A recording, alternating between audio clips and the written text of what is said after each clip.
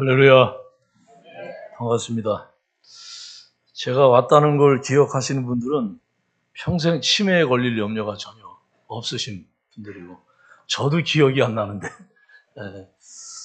예배당이 아니고 다른 예배당에서 했는데, 신정일 목사님은 저의 한참 후배니까 정태희 교수님 밑에서 상담을 배울 때 그때 만났습니다.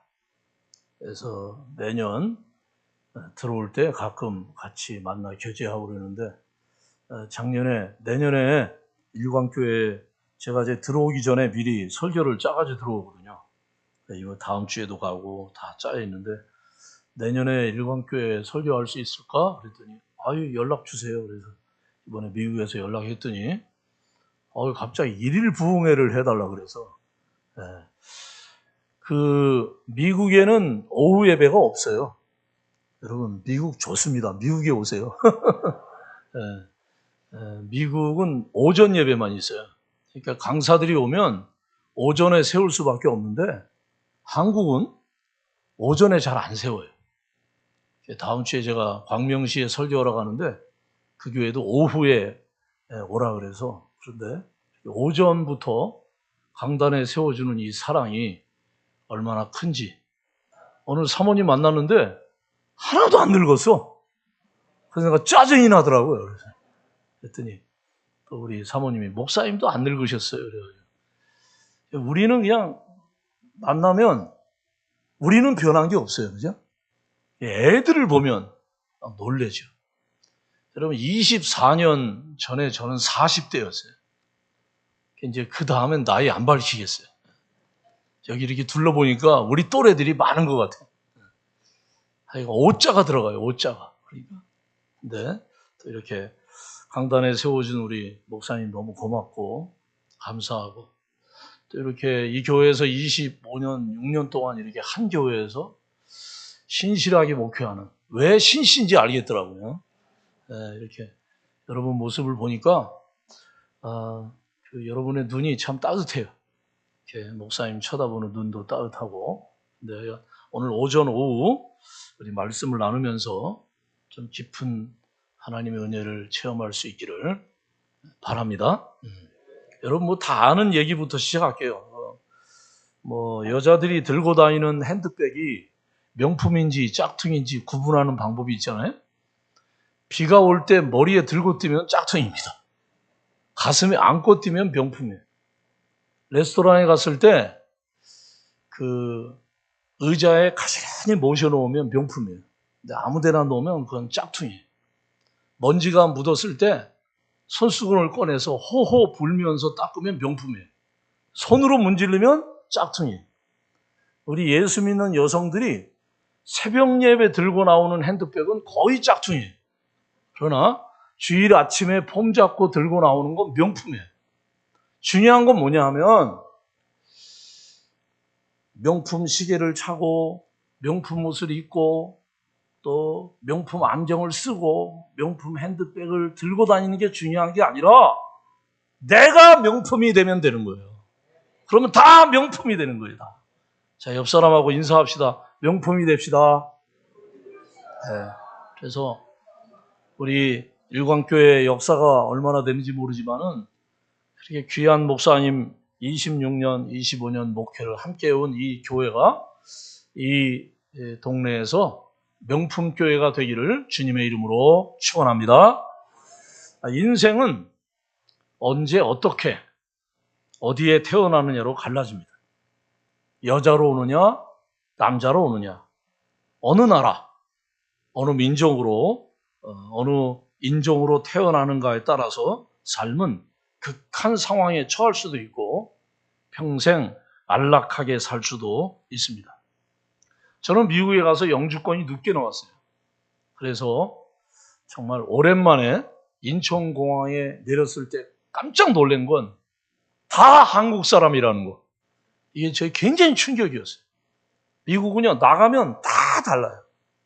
레스토랑에 가도 운전을 하면서 가도 다 다른데, 와, 여기는 다 한국 사람이라는 게 처음에 얼마나 신기했는지 몰라요. 그래서 그때는 내가 미국에서 왔다는 걸 이렇게 자꾸 나타내고 싶었어요.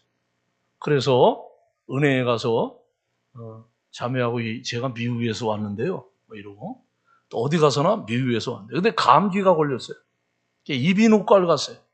근데 저는 이제 미국에 오래 있다 보니까 건강보험이 끊어져 버렸어요. 그래서 야매로 우리 처제 친한 이비인후과 의사한테 연락을 해서 우리 형부가 지금 병이 났는데 내 걸로 해달라고 그래 갔어요. 나이가 많으시더라고요. 그래서 어디가 아파요? 그래서 제가 미국에서 왔는데요. 아니 어디가 아프세요? 그래서 아니 제가 이제 이 얘기를 하려는 거예요. 미국에 와서 과로했더니 감기 그 얘기 하려고 하는데 이 영감님이 듣지도 않고 제가 미국에서 왔다고요. 근데 어디가 아프시냐고요. 와, 집에 와서 처제한테 그 얘기를 하니까 다 뒤집어지더라고요. 다 뒤집어져. 참 이게요. 이 다채롭다는 거. 전 미국에 벌써 24년 사니까 이 다채롭다는 걸 보면서 인생을 얕게 볼 수가 없어요. 넓게 보게 돼요. 넓게. 그렇구나. 여러분 얼굴 색깔이 다르고 모양이 다른데도요. 마음 쓰는 건 똑같고요. 그리고 백인 중에서도 전원주처럼 웃는 여자가 있어요. 웃으면 다 통해. 웃으면 다 통해. 요사이 다들 어렵다 그래요. 미국도 어려워요. 근데 이번에 와서 감사한 건 뭐냐면 미안해요. 환율이 높다는 거. 저는 대박입니다. 대박. 여러분 죄송해요. 이런 얘기해서. 상상을 초월할 정도로 환율이 올라가가지고 이번에 제가 한국에 와서 그 달러로 은행에 집어넣으니까 그 얘기는 하고 싶지 않고 정치도 어렵고 인생살이도 어렵고 누구랑 대화하면 너 좌야 우야 물어봐야 되고 정말 세상이 왜 이렇게 됐는지 모르겠어요. 하지만 우리나라 30년 1940년대에 태어난 분들은 정말 서럽고 고통스러운 시대를 사셨습니다. 여기도 보니까 몇몇 분이 계시는데 일제 36년 6.25 전쟁 우리 어머니 할머니 세대는요 다 손빨래를 하던 시대였어요. 저는 고향이 경기도 포천 내천 명동의 목방동 500번지인데요. 제가 어릴 때 추운 겨울에 냇가에서 우물가에서 얼음을 깨고 빨래를 하는 아낙네들의 모습을 흔히 볼 수 있었어요. 거기다가 아궁이에 불을 지피고 가마솥에 대식구에 밥을 지어 바쳐야 했어요. 이제는 자동 압력 밥솥이 밥을 다 해줍니다. 밥이 다 되면 뻐꾸기 소리를 내면서 잘 저어 드시라고 그래요. 빨래는 세탁기가 다 해줍니다. 얼마 전에 집사람이 어디서 로봇 청소기 좋은 게 나왔다 그래가지고 무리를 해가지고 우리 애들까지 해서 돈을 보태서 로봇 청소기를 샀는데 마루를 다 닦고 마루를 빡빡 닦고 다니고 지가 들어가서 빨래를 해서 짜가지고 또 나와. 여러분 얼마나 좋은 세상이 되는지 몰라요. 응? 연세 드신 분들 지금 태어나시지 왜 옛날에 태어나셔가지고 시대를 잘 태어나는 건 행운이에요. 행운. 오늘 성경 본문은 하나님 앞에 한 시대를 쓰임받았던 모세의 출생을 다루고 있습니다. 실로 모세의 생애는 파란만장했습니다. 120살을 살았는데 희한하게 그의 생애는 3등분돼요. 애굽의 바로의 궁에서 왕자로 40년, 미디안 광야에서 40년, 목자 생활, 그리고 80세의 소명을 받고 이스라엘 민족을 이끌고 출애굽하는 지도자의 삶. 영화 같은 생을 살았습니다. 모세의 120년 생애를 추적하다 보면 신앙의 공식, 하나님의 깊은 인도 공식을 발견하게 돼요.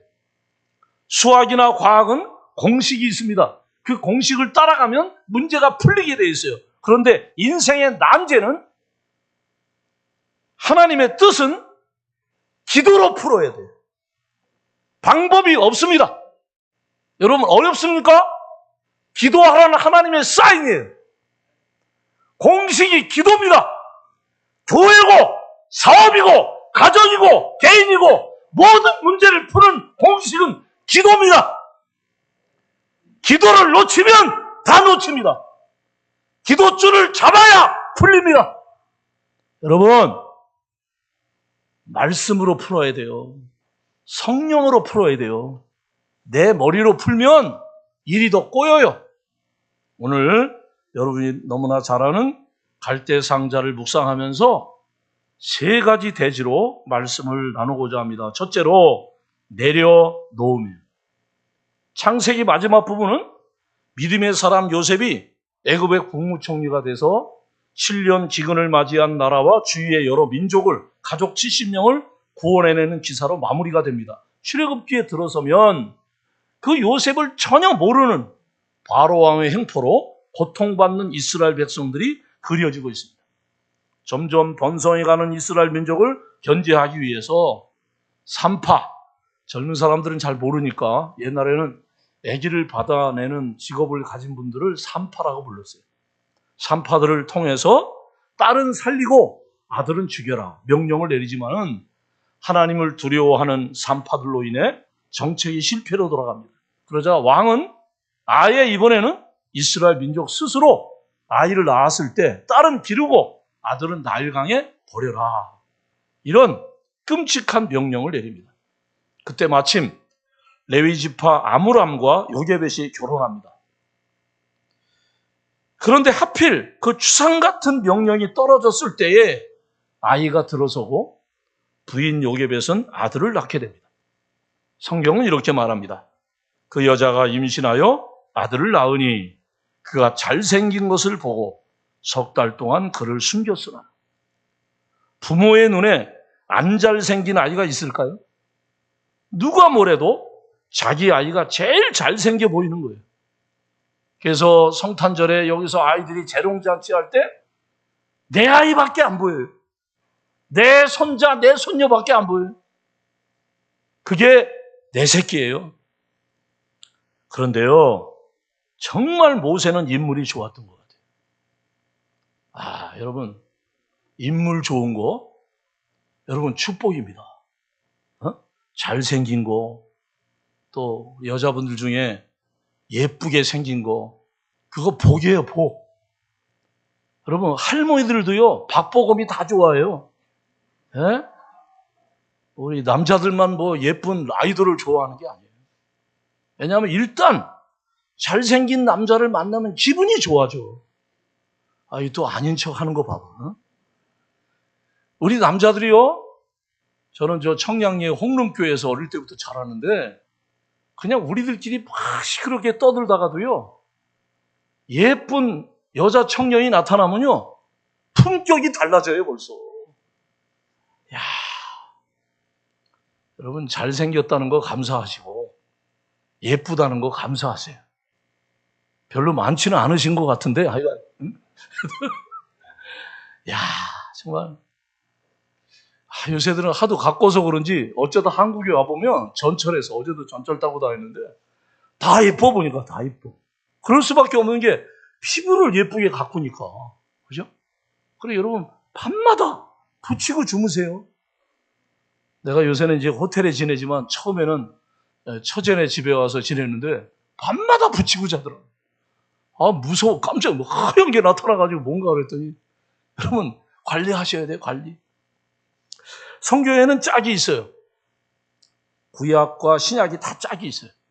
이게 성경을 푸는 하나의 비결인데, 본문의 짝은 사도행전 7장 20절입니다. 그때 모세가 낳았는데 하나님 보시기에 아름다운지라 그의 아버지의 집에서 석 달 동안 길리더니. 모세는 부모가 보기에도 너무나 아름다웠지만 하나님이 보시기에도 아름다웠다는 거예요. 인생에 성공하는 방법은 하나님한테 잘 보여야 돼. 하나님한테 점수 따야 돼. 하나님 볼 때에 일관교회 어느 성도 너무너무 좋아서 어쩔 줄 모를 때 내가 원하지 않아도 복을 쏟아붓는 줄로 믿습니다. 하나님 볼 때 이쁜 짓을 하고 사세요. 여러분, 손자, 손녀들 있잖아요. 근데 그래 이쁜 애가 있잖아요. 그죠? 근데 걔는 나한테 뭘 해달라 소리 안 해도 이쁘면 뭔가 해주고 싶어. 여러분, 신앙생활 이렇게 하는 거예요. 그러면 별로 인생이 힘들지 않아요.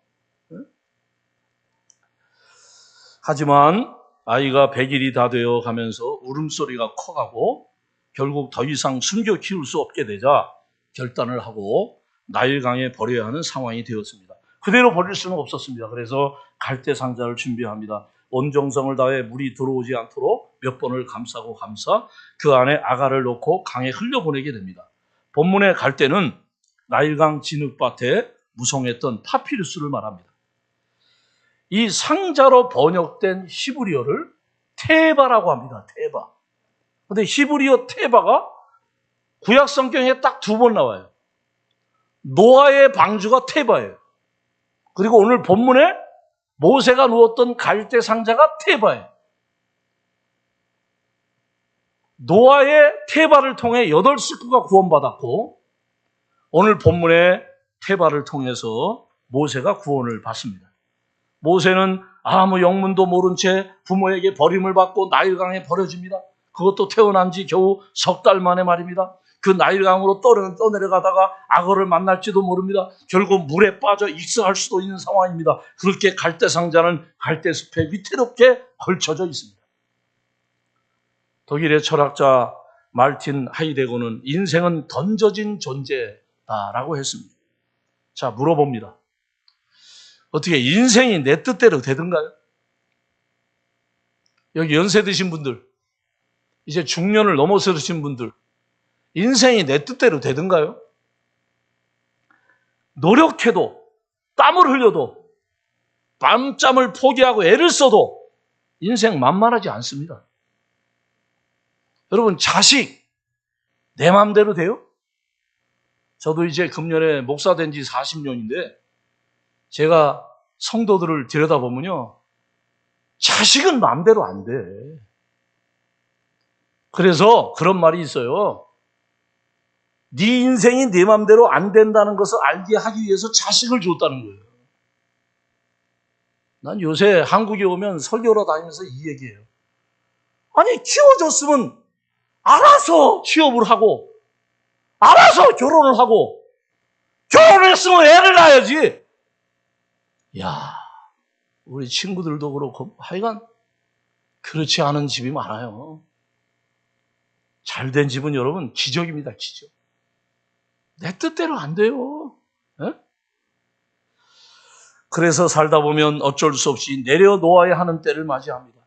여러분 돌아보면 그 사람을, 그 교회를, 그 사업을, 가족까지도 내려놓았던 아픈 경험을 우리는 다 가지고 있습니다. 그것이 인생입니다. 갈대 상자는 선장도 없고 키도 돛대도 없는 이상한 배입니다. 그러나 그 상자 안에는 하나님의 목적이 있으며 이스라엘의 리더십이 있었습니다. 섬시하신 그분의 손길이 충만한 상자입니다. 두 번째로 갈대 상자는 건져짐입니다. 오늘 본문 5절 6절로 말합니다. 바로의 딸이 목욕하러 나일강으로 내려오고 시녀들은 나일 강가를 거닐 때에 그가 갈대 사이에 상자를 보고 시녀를 보내어 가져다가 열고 그 아기를 보니 아기가 우는지라 그가 그를 불쌍히 여겨 이르되 이는 히브리 사람의 아기로다. 자, 엄마 요셉에서는 어쩔 수 없이 아들을 버렸습니다. 갈대 상자에 아기를 누인 후 나일강에 띄웠습니다. 여러분 그 심정이 어떨까요? 여기 어머니들, 여기 할머니들, 이제 갓 태어난 아가를, 손자를 키우는 가정. 저도 지금 둘째 손녀가 9개월인데 그 아이를 보면서 모세를 생각해요. 여러분 얼마나 처절해요? 끔찍합니다. 그러나 아이를 그냥 안고 있으면 다 죽는 거예요. 여러분 들어보셨겠지만 오늘 여러분 집에 가시면서 유튜브로 요게벳의 노래라고 하는 복음성가를 꼭 들으면서 가시기 바랍니다. 복음성가 중에 요게벳의 노래라는 찬양이 있어요. 곡의 가사는 이렇게 이어집니다. 어떤 마음이었을까? 그녀의 두 눈엔 눈물이 흐르고 홀로 정처 없이 강물에 흔들흔들 흘러내려가는 그 상자를 보며 눈을 감아도 보이는 아이와 눈을 맞추며 주저앉아 눈물을 흘렸겠지. 너의 삶의 참주인, 너의 참 부모이신 하나님 그 손에 너의 삶을 맡긴다. 그렇게 아이가 사라졌다면 오늘 출애굽기는 기록되지 못했을 것입니다. 하지만 인생 모릅니다. 끝까지 가봐야 합니다. 그래서 인생은 살만합니다. 자, 이제 엄마가 버린 갈대 상자로 가보실까요? 갈대 숲에 위태롭게 갈대 상자가 걸쳐 있습니다. 바람이 세차게 부니까 상자가 크게 흔들립니다. 그런데 그 상자를 뚫어져라고 보시는 분이 계셨어요. 바로 하나님. 상처가 많으시다고요? 어린 시절 버림받음의 상처로 지금도 힘들게 살고 계시다고요? 그런 나를 오늘까지 지켜보고 계시는 분이 계십니다. 바로 하나님. 엄마 요게벳은 아들을 포기했습니다. 그러나 하나님은 모세를 보고 계셨어요. 바로 그때 그 장소에 애굽의 바로 왕의 외동딸이 목욕을 하기 위해 나일 강변에 나타나게 됩니다. 공주의 눈에 갈대 상자가 들어와요. 갈대 상자를 꺼내오게 해서 열어보니까 거기에 잘생긴 사내 아이가 들어있었습니다. 공주는 그 아이의 이름을 모세, 물에서 건져 올렸다라고 짓고 그 아이를 키우게 됩니다. 하나님의 역사예요. 하필 그 시간, 그 자리에 바로의 공주가 나오게 하셨고 그 아이를 보고 마음을 감동하게 하셨고 그 아이를 키울 마음을 갖게 하셨어요. 6절은 이렇게 말합니다. 열고 그 아기를 보니 아기가 우는지라 그가 그를 불쌍히 여겨 이르되 이는 히브리 사람의 아기로다. 전설의 천사가 내려와가지고 모세의 엉덩이를 막 두들겨 팼다는 거예요. 울라고. 이 공주가 나중에 이집트를 20년 동안 통치한 핫셉수트 여왕이에요. 히브리 노예의 아들로 태어나 물에 빠져 죽을 수밖에 없었던 긴박한 상황에서 하나님은 공주를 보내어 아가를 건져내게 하고 그 아가를 키우고 싶어하는 마음까지 주셨습니다. 하나님의 하시는 일은 이렇습니다. 성경 고린도전서 10장 13절은 이렇게 말합니다. 사람이 감당할 시험 밖에는 너희에게 당한 것이 없나니 오직 하나님은 빚부사 너희가 감당치 못할 시험당함을 허락지 아니하시고 시험당할 즈음에 또한 피할 길을 내서 너희로 등이 감당하게 하시느니라. 여러분 걱정하지 마세요. 여러분이 당하는 시험은요 하나님이 보고 보다가 이 정도는 제가 감당할 수 있겠다 그래서 주신 거예요. 여러분 따라하세요. 고난이 크면 축복이 크다. 고난이 길면 축복이 길다. 여러분 그 원리를 붙잡으셔야 돼요. 하나님이 여러분 골탕 먹이려고 여러분 죽이려고 고난을 주는 게 아니라 감당할 수 있기 때문에 고난을 주시고 그 고난을 통과하면 그 고난 이상의 복을 주시는 줄로 믿습니다. 이게 믿음이에요. 이게 믿음이에요. 끝났다는 건 내 생각이에요. 하나님은 내가 내려놓는 그 순간에 새로운 길을 여십니다. 한번 따라합시다. 끝나기 전까지는 끝난 것이 아니다. 내 생의 최고의 순간은 아직 오지 않았다. 아까 엘리베이터에서 90대신 어르신 만났어요. 근데 깜짝 놀래가지고 악수했어요. 왜? 나도 90까지 살려고. 저분하고 악수를 많이 하세요. 그 기운을 우리가 받아야 돼. 응? 와, 보청기도 안 끼셨더라고. 얼마나 건강하신지. 여러분 건강하면 200살까지 살아도 무슨 문제가 있어요? 아파서 누워서 아이고 신병의 효자 없어요. 맞죠? 네? 여러분 아직도 내 생의 최고의 순간은 오지 않았어요. 제가 오후에도 말씀드릴 기회가 있는지 모르지만 저는 2살 때 소아마비에 걸려서 오른쪽 다리에 장애가 있어요. 여러분, 제 세대의 장애인은 사람 취급을 못 받았어요. 얼마나 힘들게 살았는지 몰라요. 그리고 하나님의 부름을 받고 주님의 일을 하고. 저는 그냥 나를 장애인이라고 생각해 본 적이 없어요. 여러분 딱 보셔도 명랑하잖아요. 우리 친구들이 나보고 지나치게 명랑하대, 나보고. 여러분, 장애인은 좀 이렇게 항상, 우리 신목사님도 뭐 처음 만났을 때 그렇게 느꼈는지 모르지만, 좀 장애인은 좀 이렇게 위축이 되고, 좀 이렇게 뭐 이래야 됩니까? 저는 당당했으니까. 그래서 신내동에서 교회를 개척해서 하고, 마지막 중곡동에서 목회했는데, 목회가 생각처럼 안 돼. 안 돼. 우리 친구들이 네가 안 되는 일을 모르겠대. 나중에 보니까 하나님은 뭐냐, 나로 하여금 장애인 사역을, 여러분 미랄 선교단 아시죠? 제가 미랄 선교단에 있어요. 이게 39년 전에 미국으로 건너가서 미국 22군데에 미랄이 있어요. 유럽에도 있고요, 호주에도 있고요.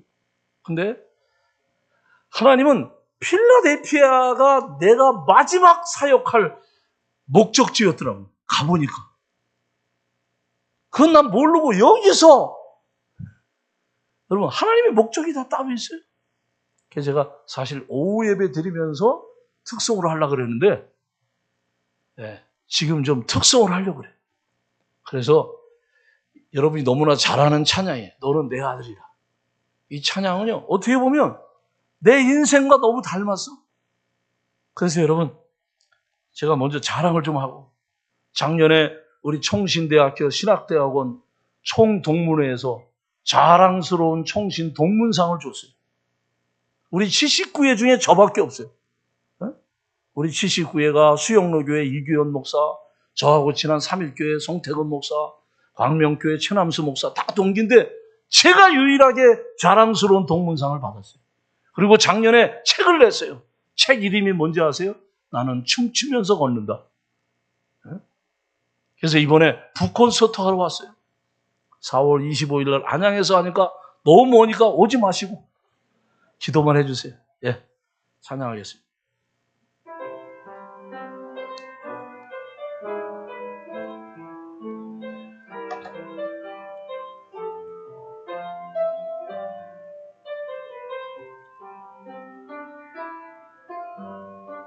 힘들고 지쳐 낭망하고 넘어져 좀 빠르게 일어날 힘 전혀 없을 때에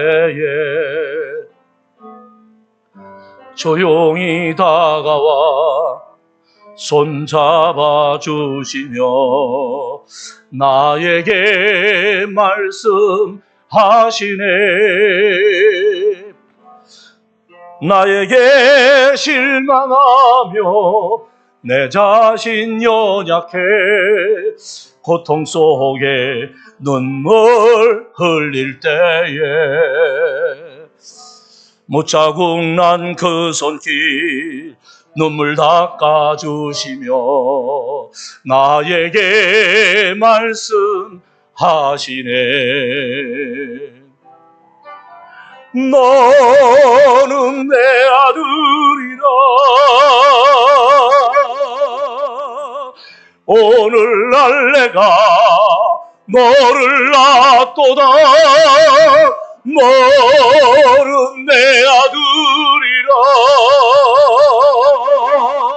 나의 사랑하는 내 아들이라 언제나 변함없이 너는 내 아들이라 나의 십자가 고통 해산의 그 고통으로 내가 너를 나서네. 너는 내 아들이라 오늘날 내가 너를 낳도다. 너는 내 아들이라 나의 사랑하는 내 아들이라. 나의 사랑하는 내 아들이라.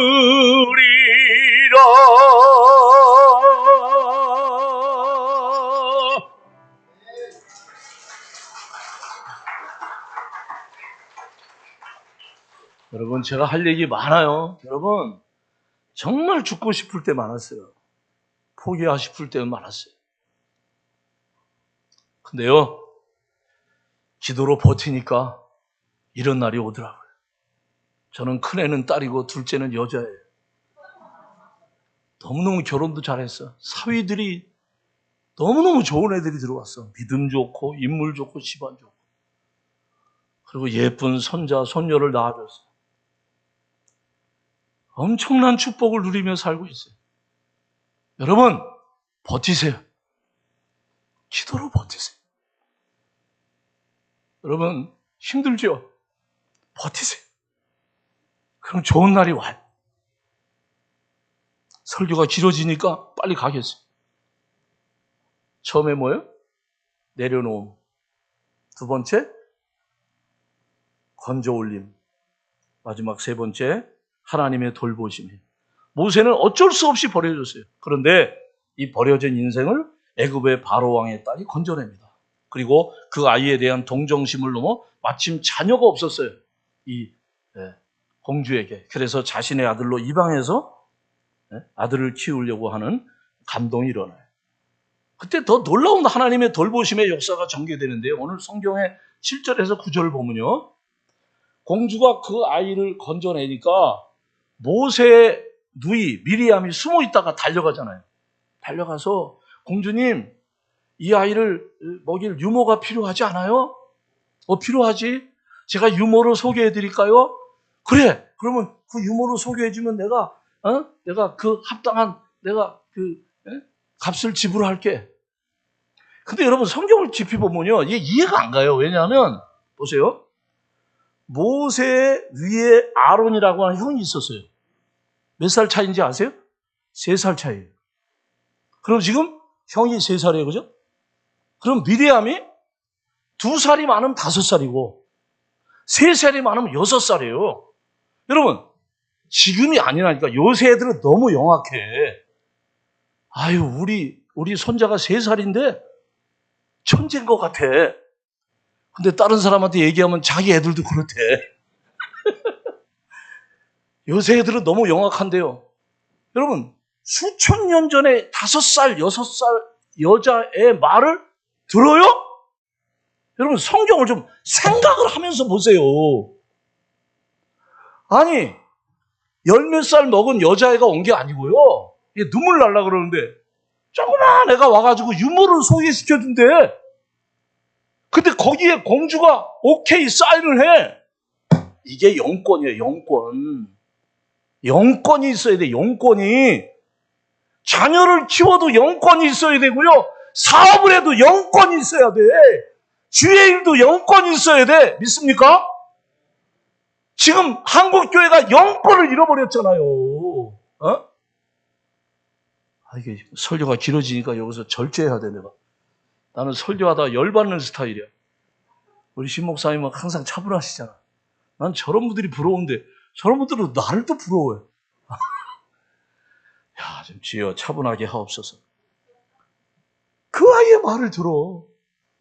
여러분, 내 말을 들으니까 그렇죠?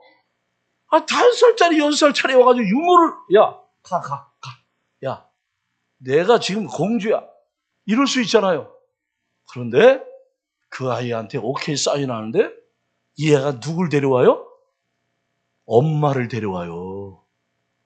그래서 역사 이래 자신의 아들을 키우면서 따박따박 월급을 받는 최초의 어머니가 돼요. 왕궁에서 줬으니 얼마나 돈을 많이 받았겠어요.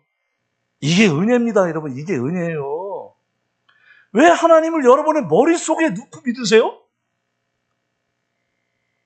왜 하나님을 여러분 대학 나왔다는 대학 수준으로 보세요? 하나님은 우리의 상상을 초월해요. 지금 저 엄청난 역사를 준비하고 계세요. 믿습니까? 오늘 오후 예배까지 참석한 사람은 이런 복을 받을 줄로 믿습니다. 중간에 가는 사람은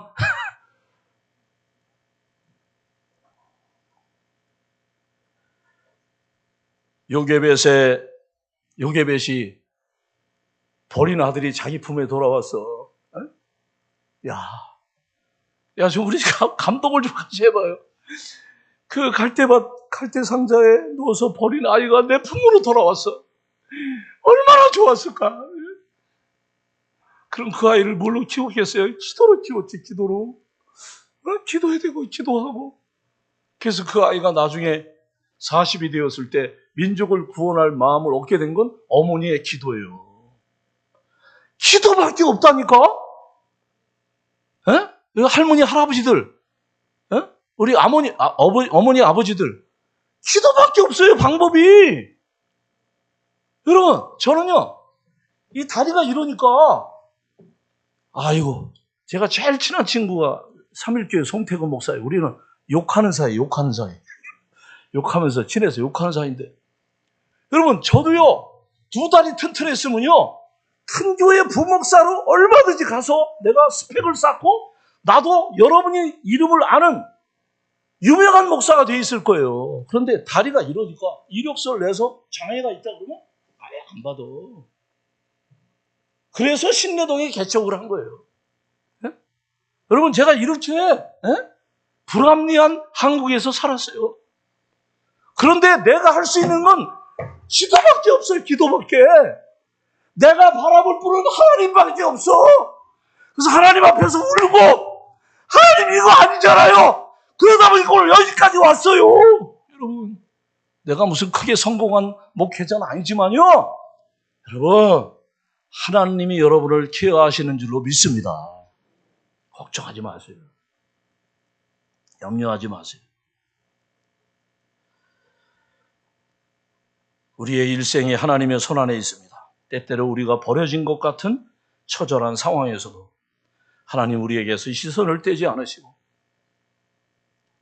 초등학교 때 다리를 절면서 운동장을 빠져나오는 그 모습을 우리 정태희 교수님한테 치유 상담 받으면서 그걸 내가 봤어요. 아버지가, 우리 하나님이 그걸 보고 있었다는 거예요. 그래서 정태희 교수님을 끌어안고 몇 시간을 울었는지 몰라. 여러분이 울고 있을 때 하나님은 다 보고 계세요. 여러분이 자녀 때문에 밤잠을 못 잘 때 하나님이 여러분을 알고 계세요. 여러분의 기도를 들으세요. 믿습니까? 낙심하지 마세요. 지금 속삭이는 자식이요, 더 잘 될 줄로 믿습니다. 아직 장가 안 간 여러분의 아들과 딸이 결혼 안 한 딸이 더 잘 갈 줄로 믿습니다. 여러분, 믿음을 가지세요. 그래서 모세는 결국 하나님의 부름을 받고 430년 동안 애굽에 종살이하던 이스라엘 민족을 해방시키는 위대한 지도자로 쓰임을 받습니다. 사랑하는 우리 일광교회 성도 여러분, 말씀을 맺겠습니다. 모세의 생애를 돌아봅니다. 40년은 애굽의 왕궁에서, 40년은 미디안 광야에서, 40년은 출애굽 과정의 광야에서 그 생을 보냈습니다. 첫 30년은 나는 대단한 인물이라고 믿었어요. I'm somebody. 근데 미디안 광야에서 40년 동안 버려져. I am nobody. 그런데요, 하나님 앞에 부림받고 40년은 I am everybody가 됐어요. 사랑하는 여러분, 지금 어디에 계십니까? 답답한 갈대상자 안에 누워 계십니까? 낙심하지 마세요. 포기하지 마세요. 절망하지 마세요. 모세의 하나님이 여러분을 건져주시고 살려내시고 여러분을 아주 소중한 존재로 사용하실 줄로 믿습니다. 당신의 갈대상자에 놀라운 역사가 일어나기를 예수님의 이름으로 축원합니다. 기도하겠습니다. 하나님 아버지, 감사합니다. 이 아침 일광교회 성도님들과 함께 말씀을 나눴습니다. 모세의 하나님, 나의 하나님, 갈대상자의 하나님, 나의 하나님, 모세의 생애를 보며 고통과 어두움의 자리에서 일어나게 하시고 하나님의 빛을 발하는 위대한 믿음의 인물들이 이 자리에서 나올 수 있도록 복에 복을 더하여 주시옵소서. 예수님의 이름으로 기도하옵나이다. 아멘.